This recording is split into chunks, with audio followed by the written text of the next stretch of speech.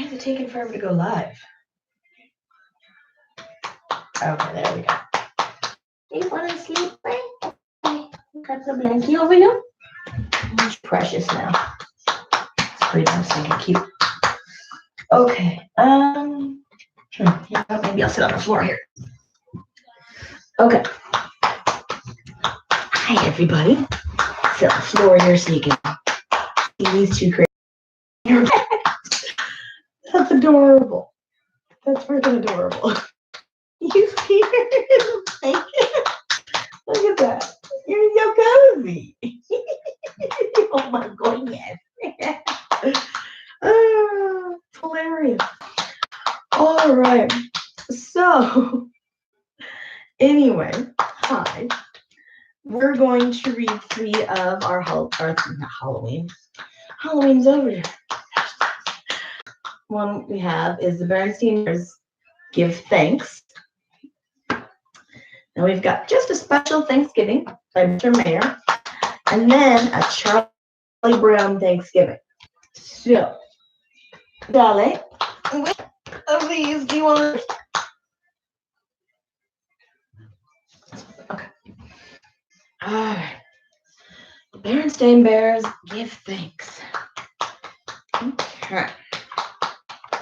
Let's see.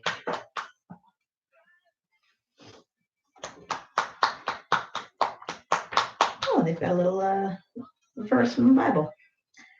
It is a good thing to give thanks unto the Lord. Psalm 92, verse 1. All right. Let's see what this is all about. It was autumn in bear country, and the sights and the sounds of the season were all around. The leaves of trees were turning orange, red, and gold. There was a nip in the air, and the sky was a brilliant blue. Flocks of geese flew overhead, honking way south for the winter. Out in the cornfield, Farmer Ben was up on his big red tractor harvesting his crop. Papa, brother, and Sister Bear waved to him as they drove up the long drive to the farm. Papa was delivering some new furniture for Mrs. Ben. It was a fine new kitchen table and chairs.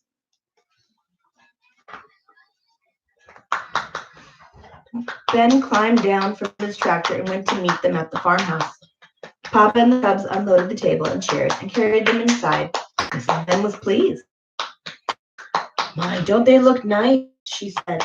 "It brightens the place up a bit." "They do make my curtains look a mite shabby, though. Guess it's time I made some new ones." "Thank you, Papa Bear," said Ben, shaking hands. "A job well done. Now, about our little deal." The cubs wondered what deal Ben was talking about. "I told you that you could have the pick of my produce in payment for the furniture," said Ben. "That's right, Ben," said Papa as he nodded. "I was thinking of a few cases of your extra special grade A apple blossom honey." Papa licked his lips, just thinking about all that delicious honey. "That's fine," agreed Ben. "You're welcome to it. And I have something else behind the barn that I think that I think might interest you." My brain wants to add words. "Meet Squanto," said Ben, "a tom turkey. Isn't he a beaut?" Squanto was indeed a magnificent bird. He was enormous, with a huge fan tail and glowing colors of black, red, and gold. "Wow," said Papa, impressed. "That's some turkey." "He's beautiful," said Sister. "But why is he named Squanto?" "That was the name of the native bear who helped the pilgrims plant their corn when they settled in their new home," explained Ben. "Squanto celebrated the first Thanksgiving with them after their harvest. I couldn't think of a better name for a turkey." "He sure is a fine bird," said Papa. "But what's he got to do with my furniture?" "He's yours if you want him," said Ben. "He'll make you the best Thanksgiving dinner in all bear country." Papa's eyes brightened. "Roast turkey. "Thanksgiving dinner," said Sister, getting upset. "But that means—" "Now don't you fret, Sister Bear," soothed Ben. "Squanto can wait until Thanksgiving. I'll fatten him up and deliver him all ready for your mama to cook on Thanksgiving morning. What do you say, Papa? Is it a deal?" "It's a deal, Ben," said Papa, and took hands on it. Papa was already imagining mouth-watering turkey dinner. Thanksgiving dinner. Roast turkey with stuffing, 2 kinds of potatoes. Oh, 2 kinds of potatoes. Man after my own heart. Gravy, green beans, and squash. Sounds delicious.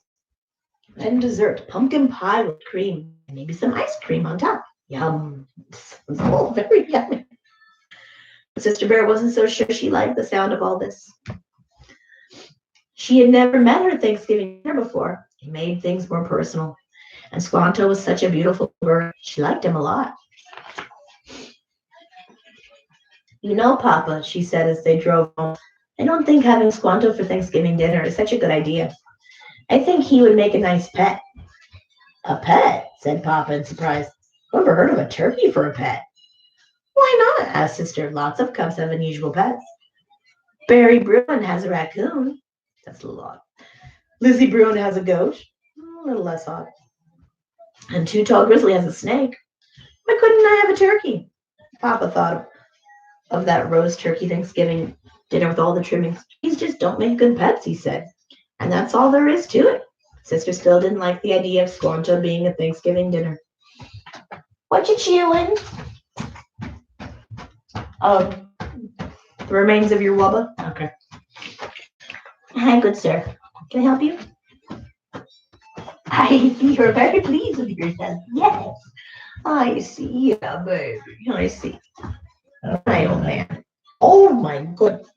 Madam. I'm in the middle of the story. The weeks went past, and the leaves fell from the trees. The wind grew positively chilly, and one day a few flakes of snow fell. Thanksgiving was drawing near. Every day. Here, sweetie pie. Every day, Sister visited Squanto at the farm. He was growing fatter and finer. His feathers were bright and glossy.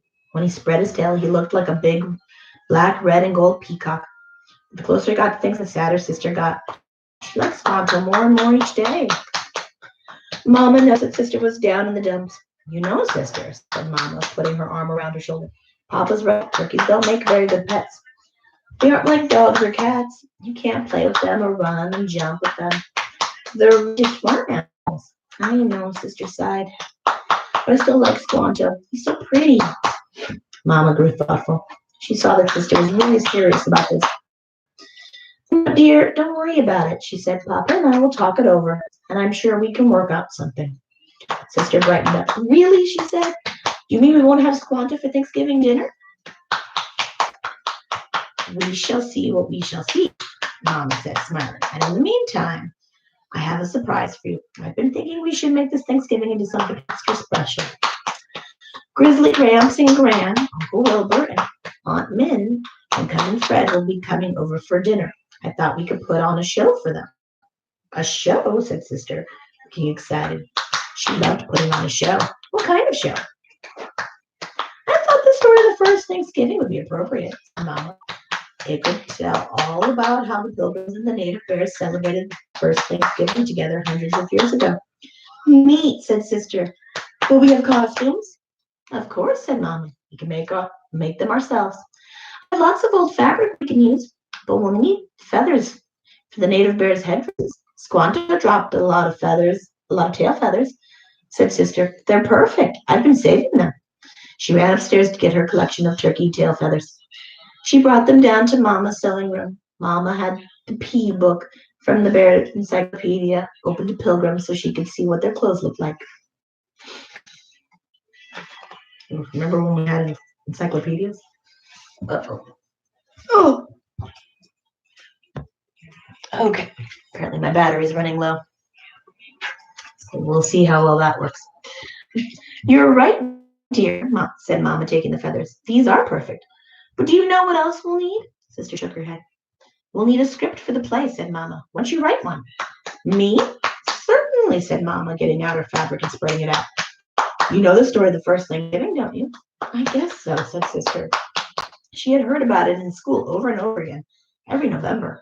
She should know it pretty well by now. Well, there you are, mumbled Mama, her mouth full of pins as she started work. So Sister got out a pad of paper and a pencil and set to work. It was hard. She had never written a play before. She asked Brother for help. Excuse me. Sister wrote the script and Brother copied the parts for each player. Sister was so busy working on the play and she forgot all about Squanto the turkey for a while. When Thanksgiving Day finally arrived, everything was ready. The script was written and copied. Mama had sewn beautiful pilgrim and native bear costumes, and the treehouse was full of the wonderful smells of Thanksgiving dinner. Around 2 o'clock, Grizzly Gramps and Gran, Uncle Wilbur, Aunt Min, and Cousin Fred arrived. Sister and brother grabbed Fred and took him up to their room to rehearse. Fred had a part in the play. An hour later, just before dinner time, Sister made an appearance on the landing of the stairs. She was dressed as a pilgrim maiden. "May I have your attention, please?" she called. The grown-ups all turned toward her. "Isn't she darling?" said Aunt Min. Sister did look very cute in her pilgrim maiden hat.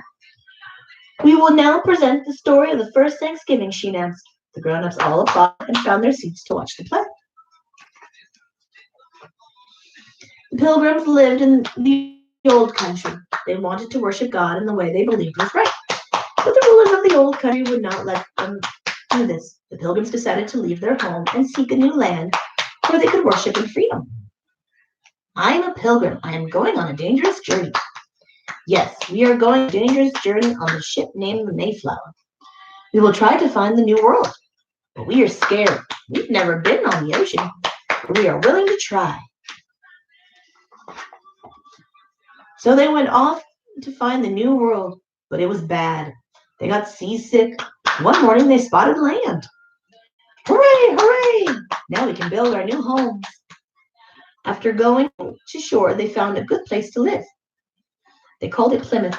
They gave thanks to God for bringing them safely to the new land. Then they got to work building houses for their village. Finally, it was finished. Everyone had a home. "Look, who is that coming into the village? It is a native bear. I hope he is friendly." "Me, Squanto. He speaks English. What a miracle!" Squanto was friendly. He helped the pilgrims grow more food. He showed them how to plant corn. Without Squanto, they would have starved. "Now let's harvest our crops and have a Thanksgiving feast. What a great idea!" And so they did. Squanto came to the feast too. They all bowed their heads and gave thanks to God for leading them to their new home, where they could live in peace and freedom. And they ate and ate and ate. The end. All the grown-ups clapped and stamped and whistled. It was a big hit. Aunt Min wiped her eyes. "They're all so darling," she sniffled. Mama rang a bell in the doorway. "Dinner time," she called. "Yeah," cried the cubs as they ran from the dining room. But then Sister stopped short. "Oh no," she said. "What about my turkey, Squanto?" "Don't worry, Sister," said Papa, leading to the window. "Squanto's safe and sound. I decided that turkeys do make good pets after all." And there in his own brand new pen in the bear's own backyard was Squanto. His tail was spread proudly, and he looked very pleased with himself. "Oh, Squanto," said Sister, very happy. "Welcome to your new home." The bear family all gathered. Everything was just as Papa had imagined it. 2 kinds of potatoes, stuffing, and gravy, corn on the cob.